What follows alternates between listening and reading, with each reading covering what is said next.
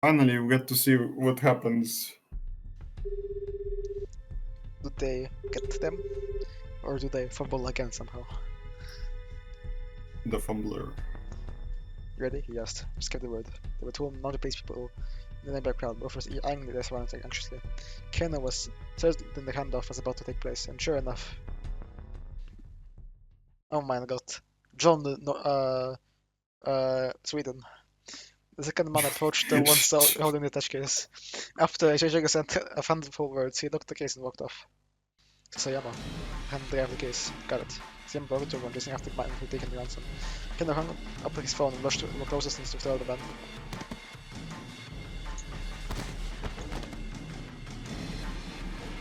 You there, stop where you are. The speaker turned at Kendo to his face. He was indeed a member of the four crimes and getting double in Shibuya. His harsh second on the man. The man only once was in the second glen. Answer me. Before he repeated the question, the man remained silent.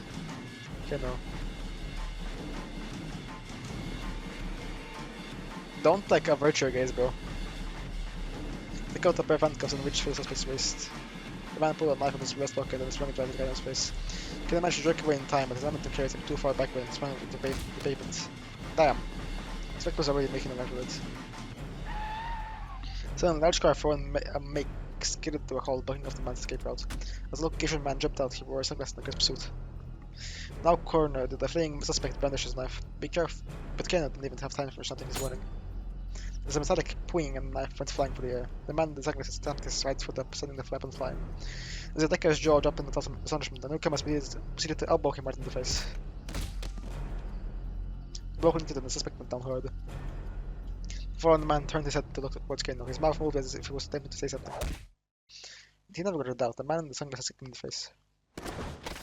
Fugion, the perp slumped down unconscious. Hey, Keno snapped. What the hell are you doing? So over the man with the sunglasses. So, I know you talked about John Sweden, but... Oh my god. And you were waiting for John America. John America, hello. You were ordered to watch this series, he spoke in fluent Japanese. Tell me that Japanese sense of honor I've heard so much about. Who are you? I'm from the US Embassy's Regional Security Office, the man replied. Who represent Keno his ID? I don't care, his name is John America now.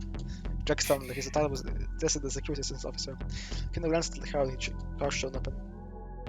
The license plate was blue with white lettering. The Ministry of Foreign Affairs. But the ministry wanted to send some diplomat to intervene in the police investigation. Kano pulled up his phone out of his pocket. Sayama's name was displayed across the LCD screen. How are things in your end, Kano? I see you have the suspect in custody. How about you? Sayama hesitated.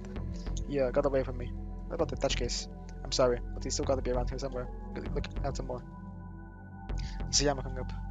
What's your name, Detective? Jack Stanley asked if Kano was processing this new information. Kano from the Shibuya precinct. Alright, Kano. I'm going to need you to follow my instructions for the next while. Why is that?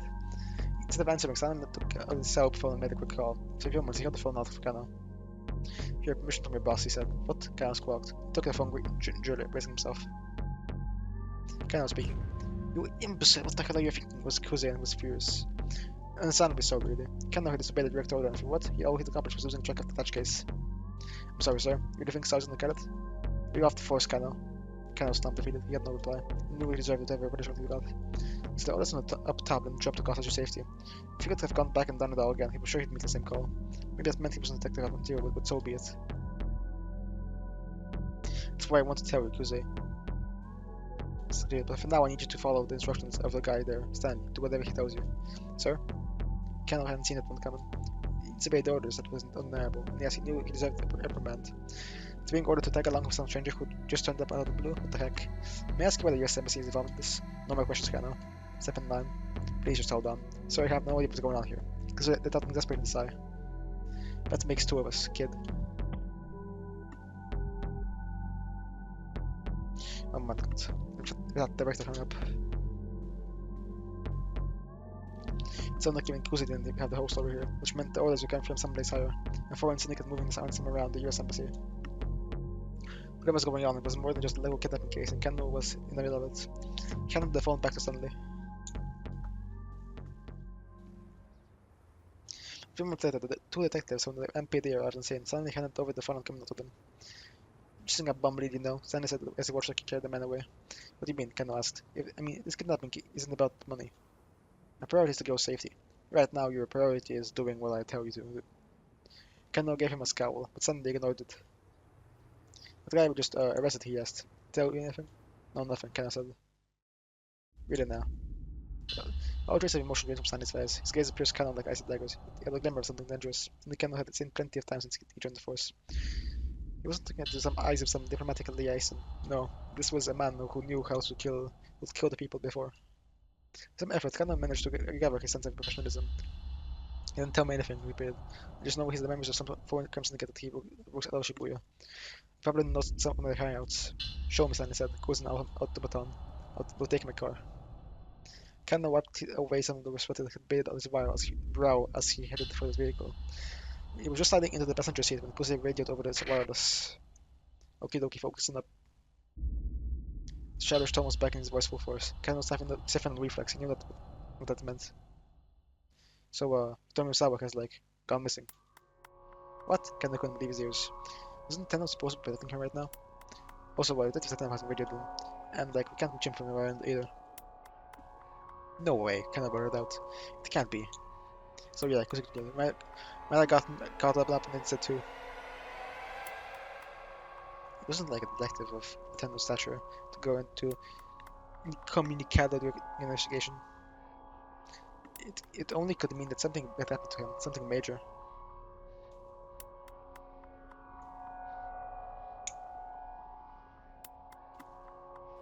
Very cool, very nice.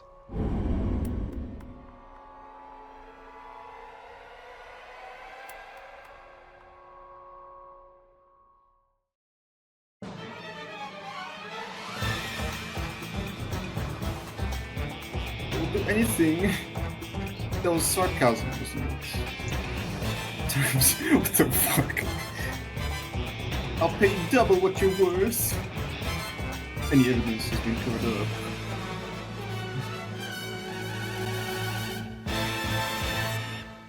Very cool. Yeah.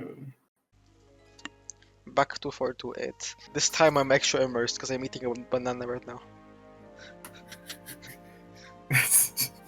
That's crazy. Is it crazy? I mean, eating a banana makes it more immersive. Okay. What's going on in Miami, bro? Let's see, who do we start with? I would love to start with Tamba, but I'll do Kano first. Why? Just vibes? Just vibes, because he's the main character. He's the main character. They're all main characters, but he's the mainest main character, you know? Yeah, truth. Following Kano's directions, Stanley drove toward the crime syndicate's hangout. There was a good chance that this was where Maria was being held. Traffic was practically non-existent, and they made a good time. They cruised down Miyamasuzaka and passed the train station toward Donginzaka. Oh my god, place I know, Japan. All the while, the two men stared out the windshield, neither inclined to make conversation. They arrived at the Shin Central intersection. Take a right here, Kano said. Nervous? Stanley asked as he made the turn. His own tone was calm and level. Kano gave him no reply. If this thing that really was holding Maria hostage up ahead, he and Stanley might wind up putting her in danger by showing up there. It came down to it. Kano wondered, could he count on the man next to him taking the hostage safety into account? He doubted it, but there was nothing he could do about that now.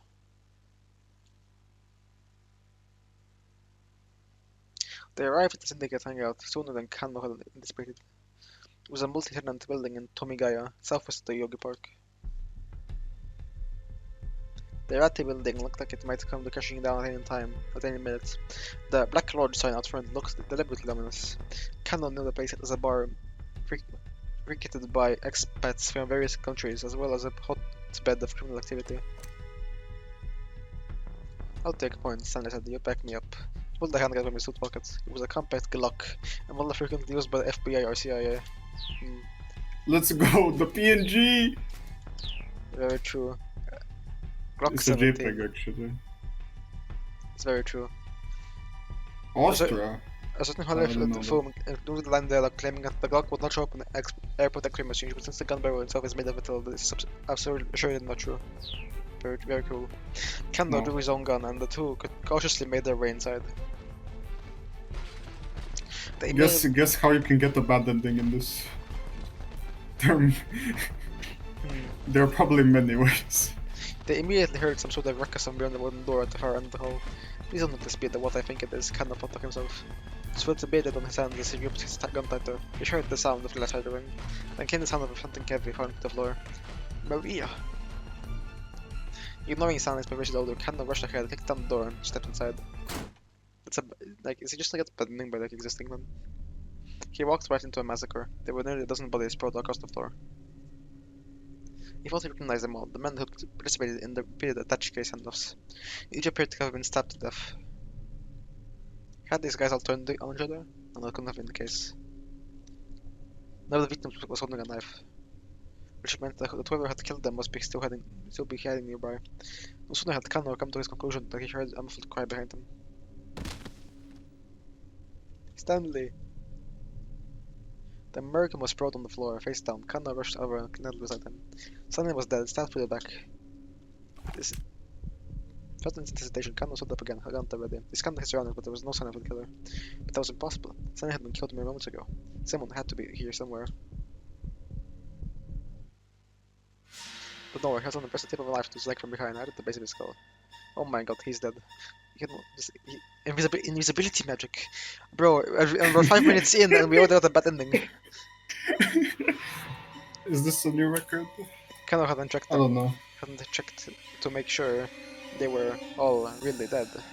So that's how you guys I like how you've made only one choice in so far in this session, and that's picking who you read the first, and that causes a bad ending instantly. That's crazy. I got the 5 minutes in, bro. 5 minutes. Okay, I need to cause a traffic jam. Very true. Very cool. I just got spawn camped, bro. I had no shot. I got spawn camped. I saw it coming from a mile away, but I got spawn camped. Assume Minoru Kal, Wawa, or Achi gonna cause the traffic jam. Yeah. So. And they're the most obvious kind. What the fuck is Tama doing? Tama is having her own side adventure. Osawa is getting blackmailed or something, I don't know. My shit is not loading. Give me a second. Right, left. Minoru car sprinted down center guy, dodging between oncoming pedestrians. Out of my way! Can't you people see I'm in a hurry? I completely forgot what happened last time, but he stole a glimpse at his watch as he ran. It was just after 1 o'clock. The Burning Hammer sales demo would be getting underway any moment now. He could probably get an interview even if he showed up late.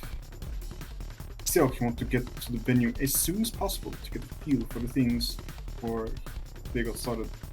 The best time to scope out an event was before it started and after it ended. This was something he'd learned from Toyama, everything he knew about the journalism the publisher had taught him. It had been a combative education, and Arakawa learning despite himself as the two men constantly butted heads. Oh, give me a break! What's wrong with my article? Arakawa shouted. His voice was loud enough to carry throughout the editing department. Shut up! I told you to rewrite it, so rewrite it. Toyama sticking to his guns. Arakawa recalled the scene from the days when the two men had worked at the same newspaper, and Toyama was his boss. Yeah. What's wrong with it? Show me what's wrong. All of it. How can it be all of it? Coworkers stared, keeping their distance as the pair screamed themselves red in the face. These arguments had become a regular occurrence, regular enough that everyone had learned not to try to intervene. I poured my heart and soul into this piece. Go back and read it again. I could read it over and over and still be the same thing. A load of self-important crap trap. Bullshit. Now go calm down and write me a more neutral piece. calm down. You must be joking. I write what I feel in my heart. That's the one thing I refuse to back down on. Then it's the one thing that'll keep getting your copy rejected. Aren't you the one who told me to be bold and daring with my writing? Yeah, I did. But I don't remember telling you to write me garbage. Oh! By now we're going through. That's crazy. At each other's throat. Bro's getting roasted. Still, despite these almost daily shouting matches, Minorikawa never resented Toyama. Not really. How could you write the piece in a way that would shut Toyama up? Trying to figure that out was how he had developed his skills as a reporter. I'm telling you right now, I'm gonna get him in a car, but I think I have to Tama to fix something. I'm gonna get spawn camped again. Up until he quit his position at the newspaper to start his own publishing company, Toyama had been a stubborn old man in the finest sense of the term. But then, in order to keep his company afloat, at some point he had abandoned all his ideals and principles. It was disgraceful. Just disgraceful. Thinking about it made Minorikawa's blood boil. It rankled him to know that such a pathetic remnant of a man had been such an influence on him. He reminded himself once again that he needed to wrap up his current job as soon as possible. By now, Minorikawa was getting close to the demo site. He increased his speed. Bonk. He wound up barreling right into someone who was walking into a knick-knack shop. It was a girl about high school age. She jumped to her feet, then snatched Minorikawa by the collar. Hey, watch where you going? She snapped. That voice is crazy. Her upper body strength was impressive, to say the least. The chokehold she had on his neck made it almost impossible for him to breathe. He had to do something fast.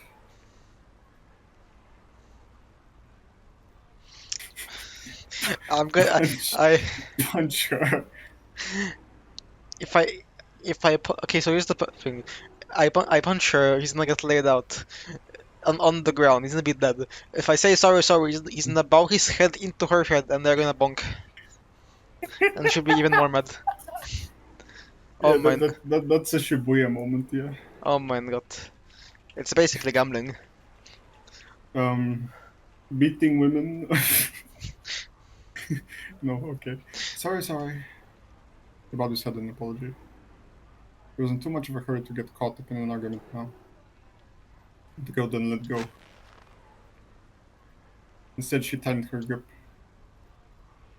Look, I'm so sorry for not looking where it was going. Minorikawa could barely croak out his apology. Oh, fine. I'll let it slide this once, the girl said. She relaxed her hold with a scowl. Wait, hold on, she murmured. She stared good and hard at Minorikawa's face. Hey, you're Mr. Minorikawa! Surprised, Minorikawa gave her another look. HATSUNE MIKU! Oh, so you do remember me. She smiled with delight, apparently forgetting that she'd just been wringing his neck. Oh, how long has it been? She asked. About 5 years, I think. Still doing your bonsai stuff? Nah, she replied. I gave that up. Miku had been Japan's bonsai champion back when she was in middle school.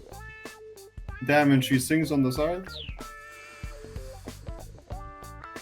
One day, local delinquents had vandalized dozens of Miku's bonsai pieces. Minorikawa had met her when he interviewed her about the incident. I want to get strong, she had said. Strong enough to beat those guys up.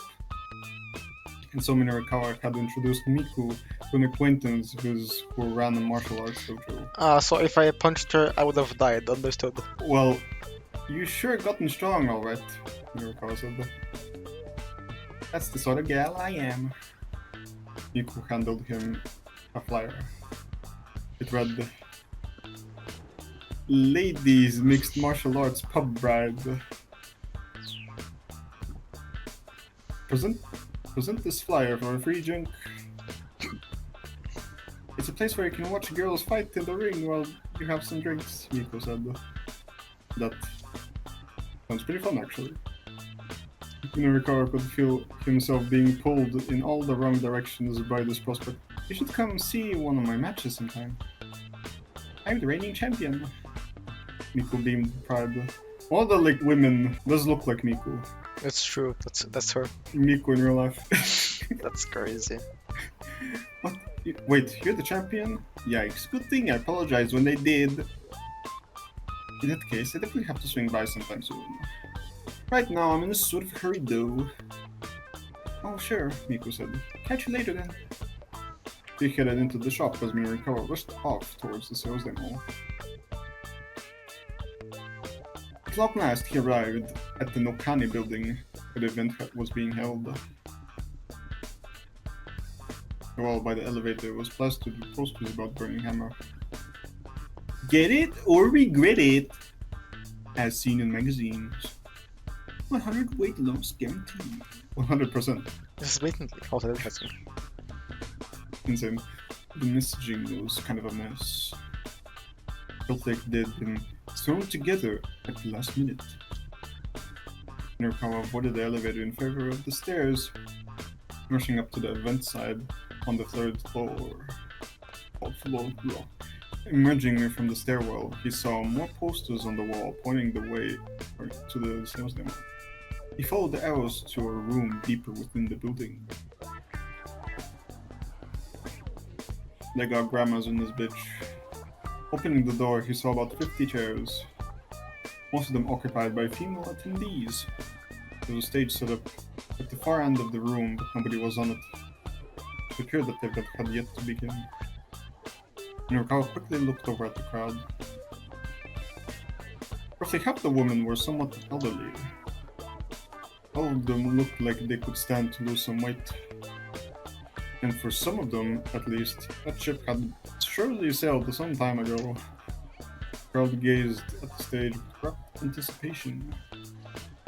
A beverage that allowed you to eat plenty and still lose weight was definitely an appetizing proposition. They didn't have Ozempic back then. Could something like that really exist though?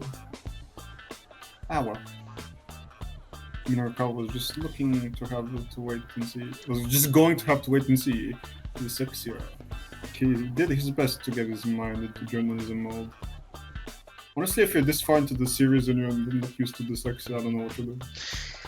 Bro, like either you don't understand the word I'm saying, or like I hear it's like half the words wrong. That's why there's like text on the screen, so like That's you true. have, It's you have subtitles. It's translation for our alien speak.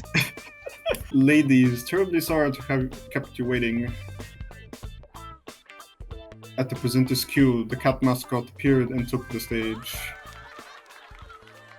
The audience broke into applause.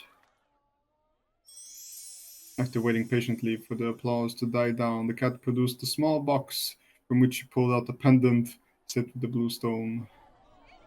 It certainly wasn't a diet drink, whatever it was. Minorikawa wasn't the only one who quickly realized this wasn't a Burning Hammer sample. After staring for a moment, the rest of the crowd began to fly into an uproar. Okay, 1 second. I'm gonna switch the time real quick, just so I can see what the fuck happened.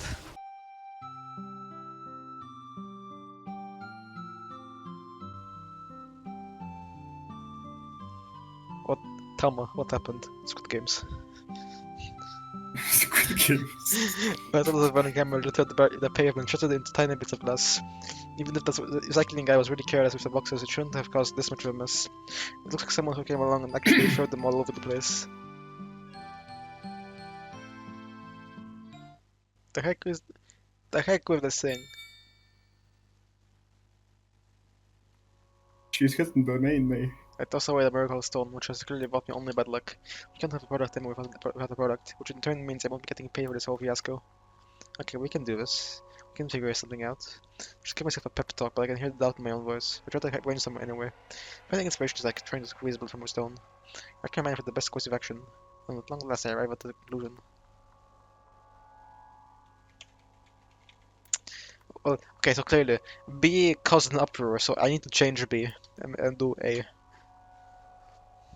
Well, I'm gonna have to sell some burning camera.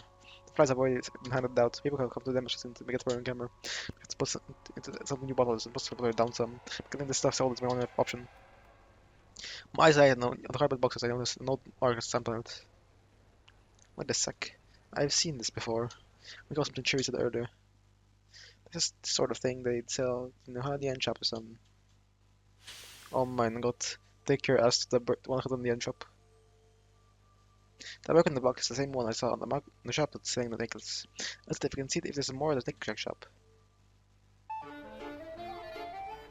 Get it very sorry, I hope I head for the necklace shop as fast as I can. Damn. As soon as I reach the main road, I crash right into someone. It's Cheery. Okay, you fine? Cheery Yes. jump scare. She makes it sound like it's not really her problem. Not yet. But I think we can stock up at the Indian shop. Work hard to get out when I'm finding but it's all I am. No, just stay calm. Let's go to the last now. Got it. Leave it to me. Cheery nods and I break back into her one. PC to money. Imagine a Oh my giant- god. I'm practically praying as I rush into the necklace shop where I immediately spot the cardboard boxes I saw earlier, so it's so sucked up. Yes, I'm I in luck. need to do this. I dive into one. That's crazy. I dive into the one that boxes to check what's inside.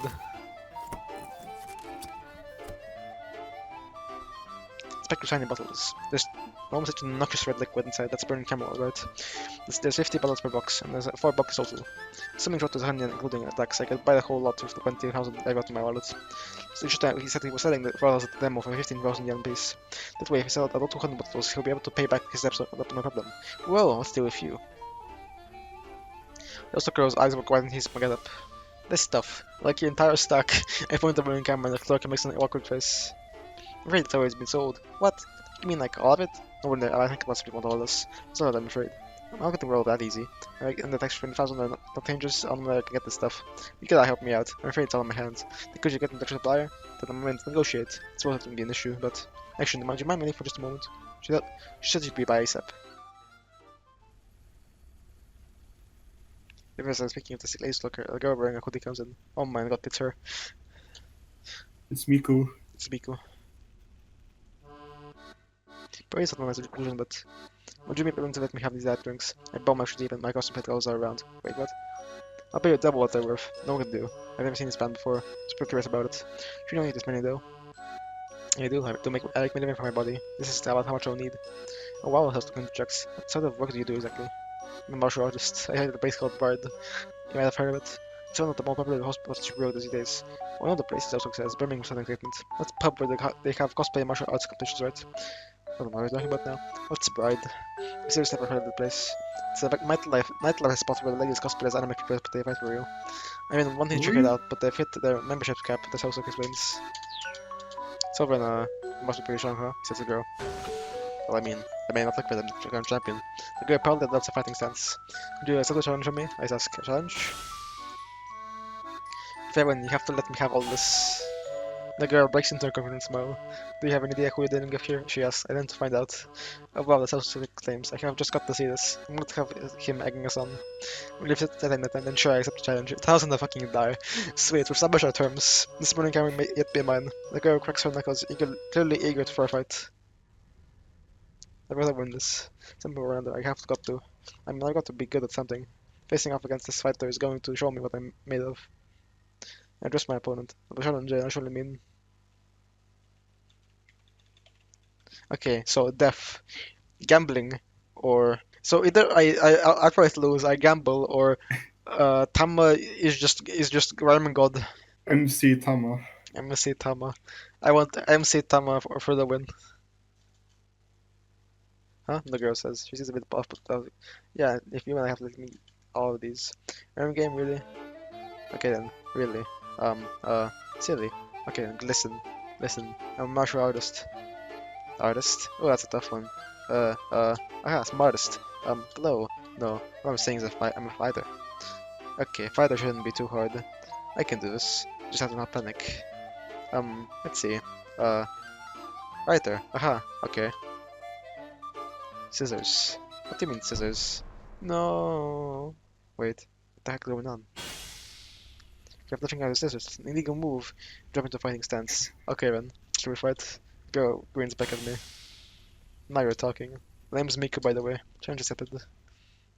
Tama's dead. Miku and I marched to the shop out in the payment. We said actually down. So if you win, I'll buy the burning camera, Miku says. But if I win, I got to keep it and you have to pay for it. What? Isn't a little unfair? If you don't like it, then it's all right, no deal. I don't have the time to witness. Alright. Ready whenever you are. Miku does a little brisk shadow boxing, confirming a repeated 1-2 combination. Whoa, what's the deal? Something going on? The street fight. A number of people passed by, including a businessman, a couple, as well as some pretty rough-looking fellows. And some of them stopped to form a small crowd. Oh, Achiendo! Oh my god. No, I need Achiendo to back my ass up. I need him. Achi, back my ass up, please. Apparently he survived. The man with the cane put his fingers in the trigger. I just stepped in front of the hit on me, shielding her with his Are body. you reading, Achi? Oh, I forgot. I mean, yeah. Whatever. If you want to shoot her, you have to shoot me too. Suddenly, the assassin's head jerked forward. He pitched face first into the pavement and lay still, revealing a foreign man standing behind him. In one hand, the stranger clutched the metal pipe. He told me, Achi asked. You know that guy? He told me his eyes went wide.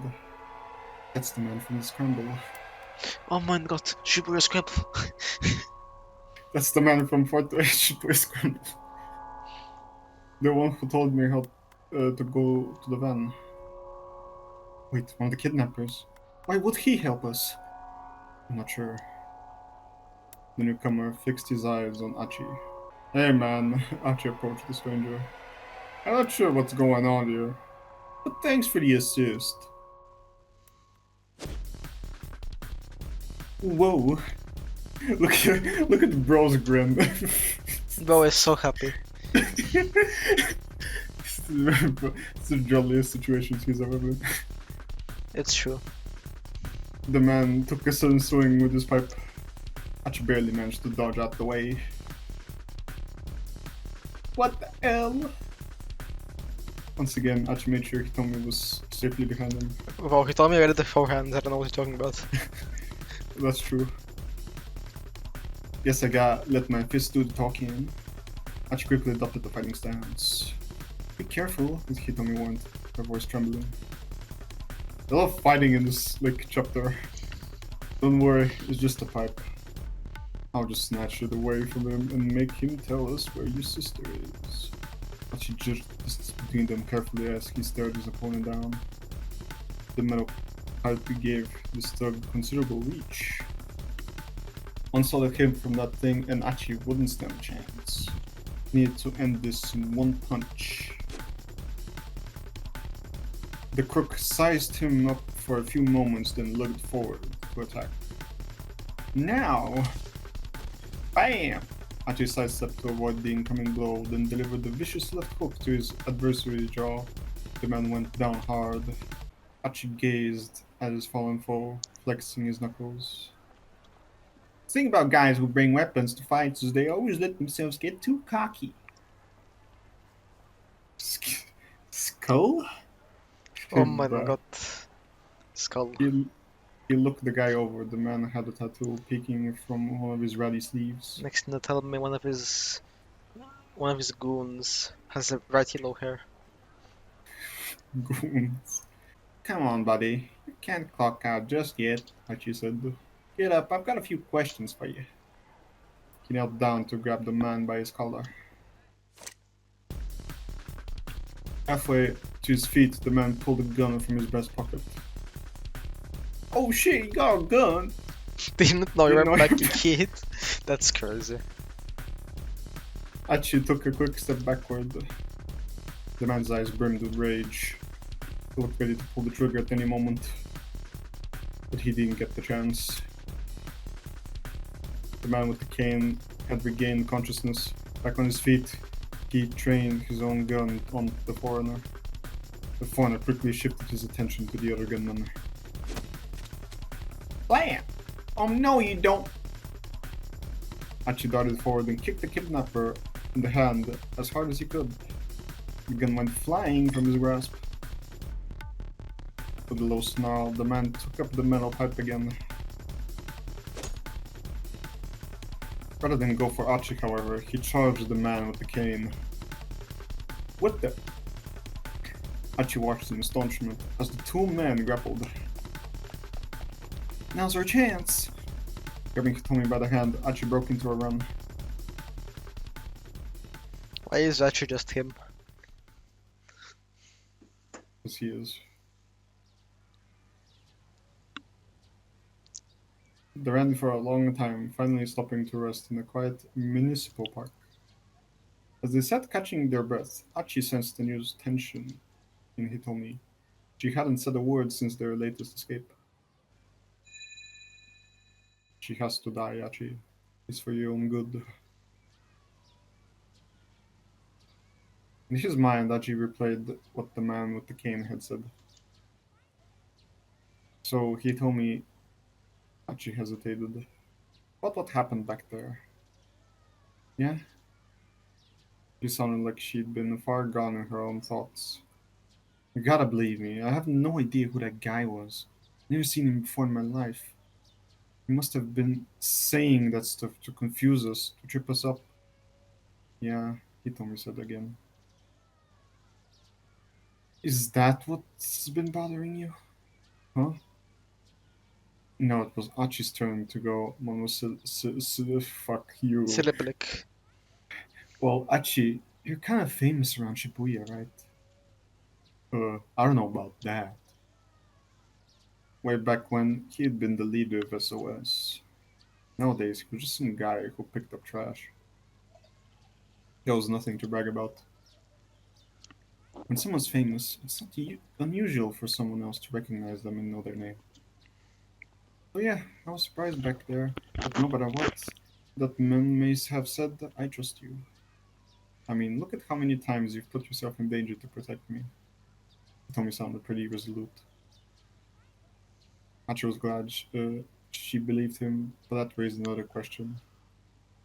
So then, how come you've been so quiet? I've just been thinking about some things. Like, what that man from the Scramble might be after. It was true that his actions didn't make a lot of sense. Yeah, he seemed more interested in taking out the man with the cane than going after you. Hmm. Does this matter? I don't know. Maybe there was bad blood between them.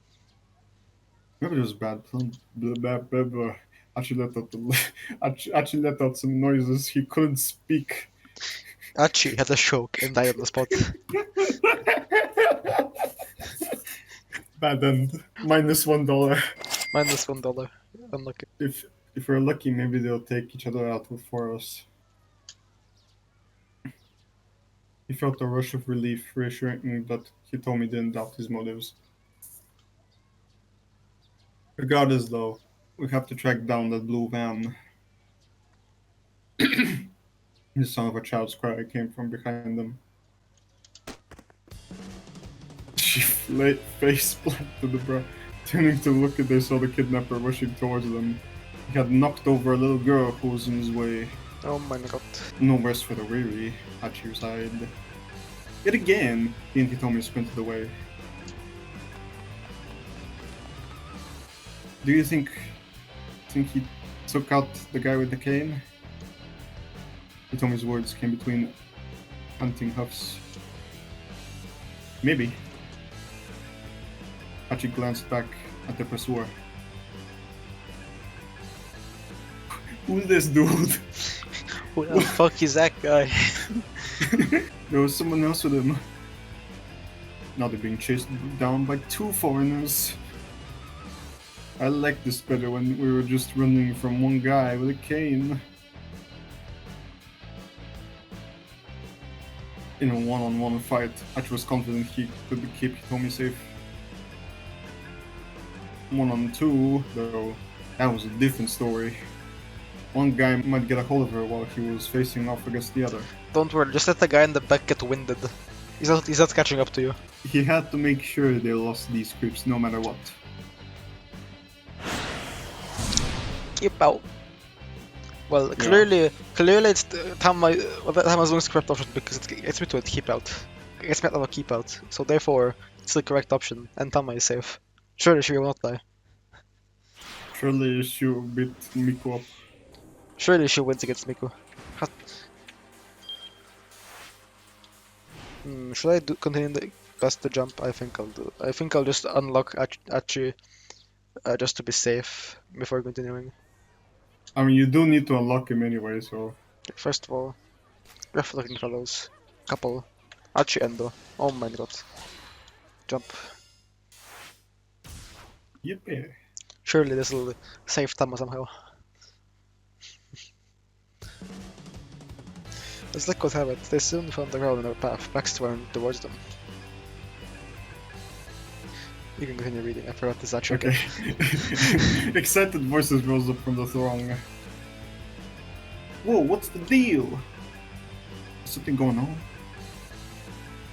It's a street fight. Bros in a crate. Achi clutched Hitomi's hand good and tight. Whatever you do, don't let go. Aren't those the fucking loan sharks to the right? Yeah, that's what I'm saying. Without a moment's hesitation, he plowed his way through the crowd. They did literally nothing. Okay, back to Real. back to Tama. Real. Let's see how Tama dies. Tama does a 360 no scope. Tama's costume is simply too fat, and Miku can't run against her. This is so decided by now. I don't have time to go around here. I'll just Miku starts with quick. The left jab, she's quick. You can see why she's a champion. Yeah, she immediately follows up the jab with a wide right hook. I jerk aside the last possible moment and deliver a swat at Miku's shoulder. Whoa! She seemed to balance it forward. Oh wow, what was that? The crowd started clamoring. Miku rights herself and gets back into the fighting stance. What the? How? She didn't seem to know what just happened. This time, I watched as she initiates a kick with her left leg from distance. I'm I bring up my right hand and up to the fighting stance. Gotcha, she goes out. It was a feint. Here's her wump, but the second kick connects coming to me from a different angle. But nothing happens. Whoa, what gives? My big metal cat saves as a cushion the blow at the point that I barely feel it. Hiya! She proceeds to unleash a string of additional kicks with her left leg, trying to defeat my fuzzy armor. Eventually, I catch hold of her foot, holding her off balance. We get to walk her backward, making it awkward on one leg. Tama is just better. Skill issue. A casual flip of my paw, and Miku goes running through the air. Whoa! Ooh, Imagine losing to the joke character in the fighting game. It's true. Truly, Tama is just Nico Arc in disguise. buranyuu. The crowd erupts into cheering and applause at the spectacle. This image is there's so much aura coming off of Tama right now. You're tough. Who the heck are you? As you can see, I am a cat. buranyuu. A wide smile comes to Miku's face. To think a bride murder will lose in a street fight. Guess it's time to go back to being an ordinary girl. Today's the day I retire. Ah, phew. Good match there. That was dramatic. Miku clasps my hand firmly, but hey, I'm just glad that my last opponent was you. Okay. Democracy. Tama is now the champion. I hosted the boxes out of there and drink. So how much does it come to? I asked the sales clerk. She shakes his head. Don't worry about the payment. You have more than already felt spectacular despair just now. That was really something. Okay, even I am shocked with just that. It's amazing what little desperation will do for you. So that move you used, that was some Aiki Jujutsu, yeah? That's crazy. Huh? Oh, I guess. I told my head that I'm non-committed there. Come now, don't be so humble. I'm a martial arts fanatic. I know my moves when I see them. You can call it whatever you want if he's letting me have a drink for free. This is going to be a lifesaver. Is that all shopping you'll be doing for us today? Yes. Actually, come to think of it. If doesn't want to cross, I say. Sure thing. You'll be not sell things there. I promise I'll be back to buy it later. Sure, no problem. The sales clerk gives it a leap bow. I did it. I managed to solve my burning camera problem. Now I'm just going to get it back to the sales demo. That must be awfully heavy. Here, why don't you use a dolly? The sales clerk indicates the hand truck over in the corner. Oh, thanks so much. Let the pile of boxes onto the cart and rush it back into the Makane building.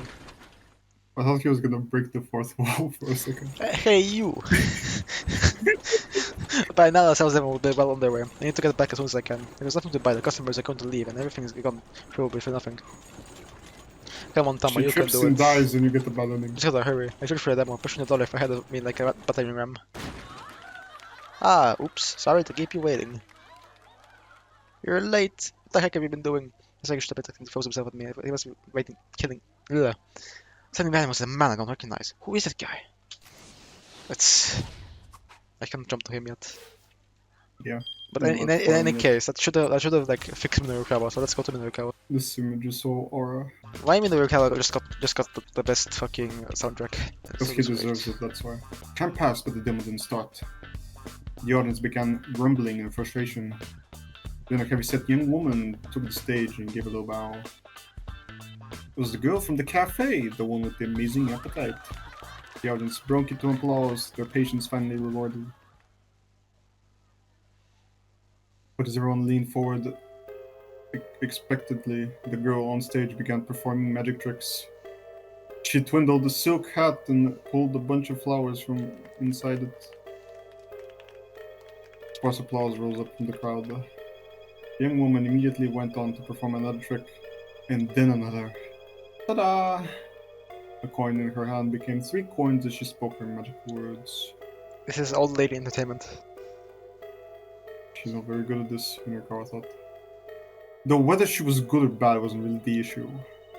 She had a tight schedule to keep. There was no time to stand around watching silly, sleight-of-hand antics. Scanning the room, he spotted a man who looked like he was probably in charge. Minerkawa headed over to him. Hey, you! The one running this thing. Nice one. Hey, you! The one like this one. Oh yeah? What's the actual sales demo going to start? Soon, very soon, yep. In how many minutes? You know, soon. Ask for a number. Just soon, real soon. This was getting out of nowhere. 3 minutes, Minerkawa declared. He held up 3 fingers to emphasize his point. This thing just started 3 minutes. If it didn't start, then what? I'm just gonna go home. I'm gonna start a ruckus. I'm gonna start a ruckus. He kept his voice firm, his words short and clipped. Hey now. No need for that, sir. Just settle down. Who doesn't like a silly little magic show now and then? You've got 2 minutes. Him and the camp have passed already. 1 minute. Whoa! Just what kind of watch you got there? Tell me why the demo isn't starting. Ah, well, you know, no real reason, really. I was getting serious and flustered. I just, you know, I want folks to get to see a little magic show first. Nope. Try again. 30 seconds left. Okay, alright. What happened was, the required merchandise, What happened to the merchandise? Minerkawa demanded. He gave the guy a dagger stare. Ah, well, you know, he just, ha ha ha ha. Time's up. What?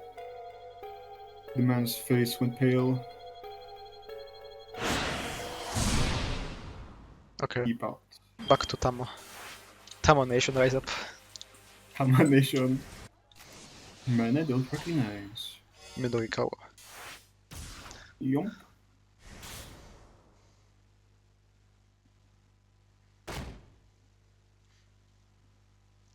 Whoops, sorry to keep you waiting, a girlish voice exclaimed. A moment later, a furry figure came out charging into the demo room. The crowd fell silent at the sight of a young woman in a cat costume. The cat girl painted visibly, her arms were loaded with cardboard boxes. You're late, the event organizer snapped. What the heck have you been doing? Grabbing the newcomer by one paw, he vanished with her into the back room. The chubby-cheeked girl wrapped up her magic routine and hurried after them. The audience stared at the now empty stage in confusion.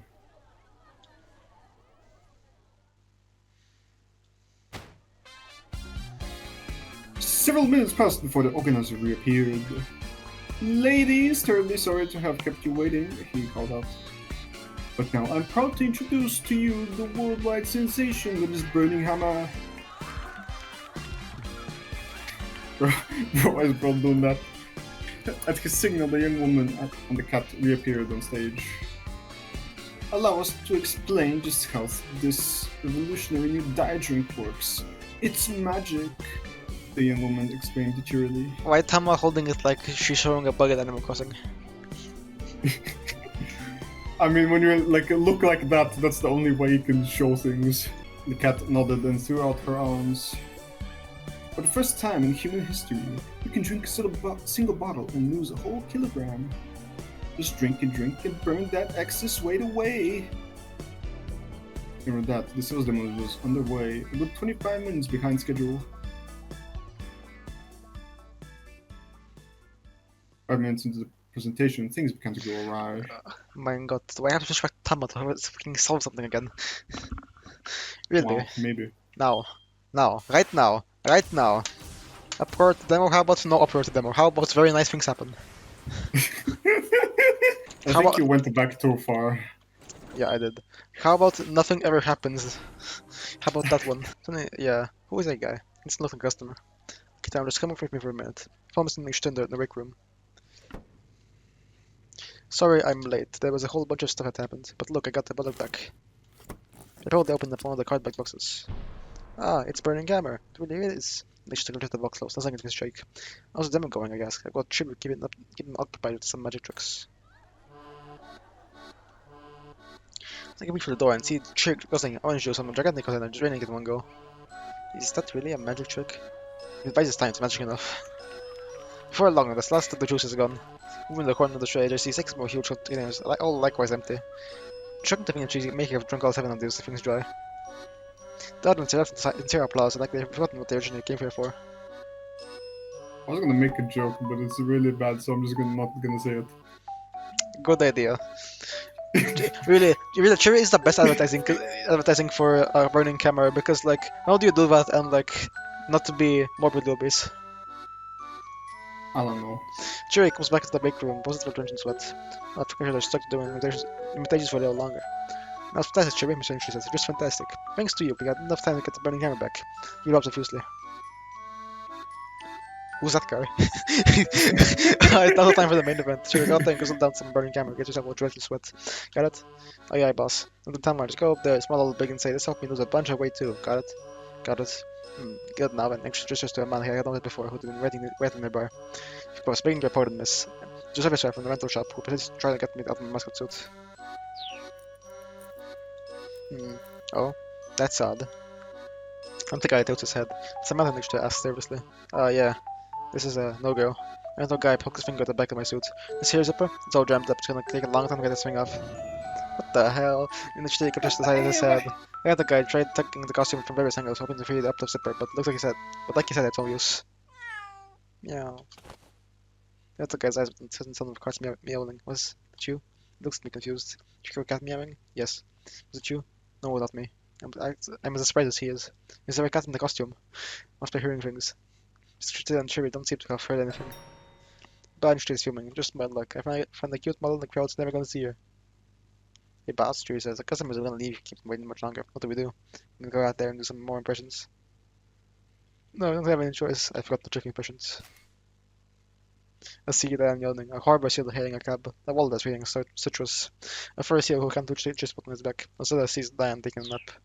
It's all. I'll put the video on screen. Okay.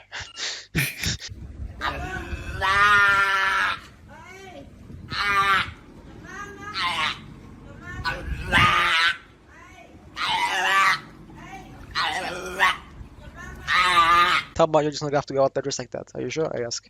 If those people go home, we're done for. He asks. Just get out there and get started. I'm counting on you too. Broke has to brush his teeth yellow as shit. It's terrible so to keep fluctuating. British man teeth. British man teeth. Chewie and I bring it to action on stage. It looks like a panorama shot that's been like fucking squished. Look at the woman there, right? Yeah. She looks like incredibly fat. 2D. 2-dimensional. Not 3D at all.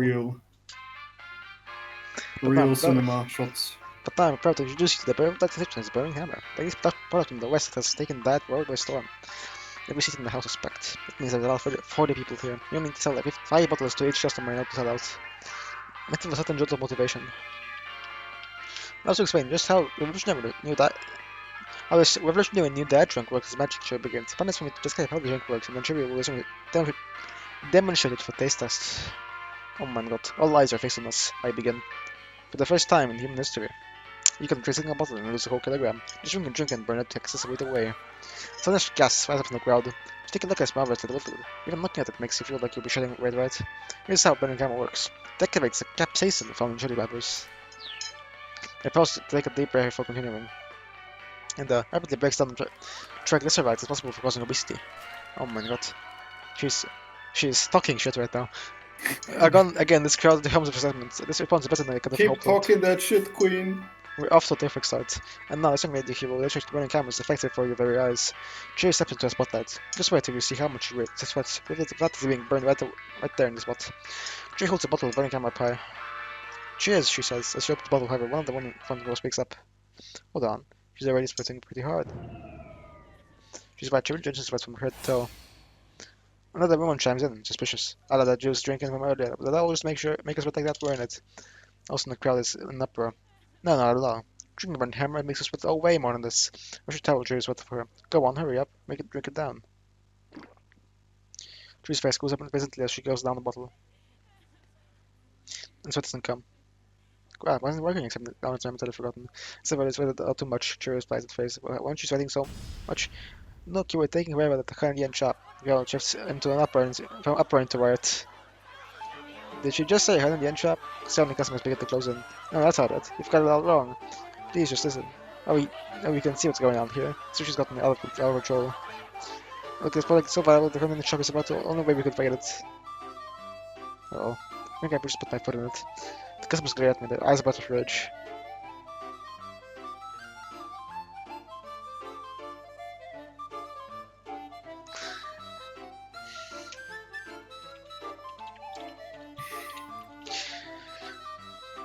Haha, just kidding, unless.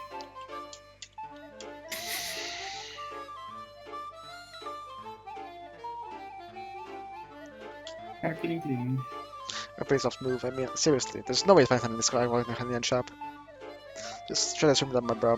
Written out has one in the crowd. How about we find out? She takes out her cell phone. I know someone who runs out of these stores. Wait, let's not be hasty now.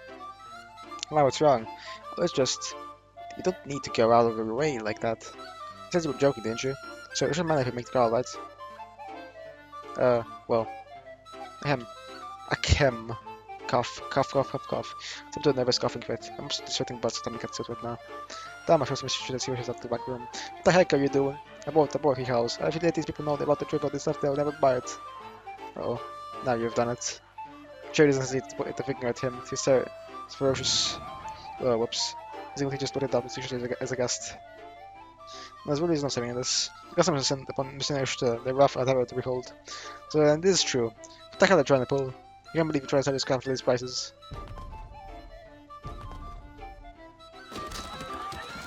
He's dead. Yeah. Nah. The guys in front was there. The shots are commanded by merciless open hand slaps. It's over. Bad ending. Get aggressive up and couple about. And my mascot costume takes a bad beating. At least it acts like a cushion.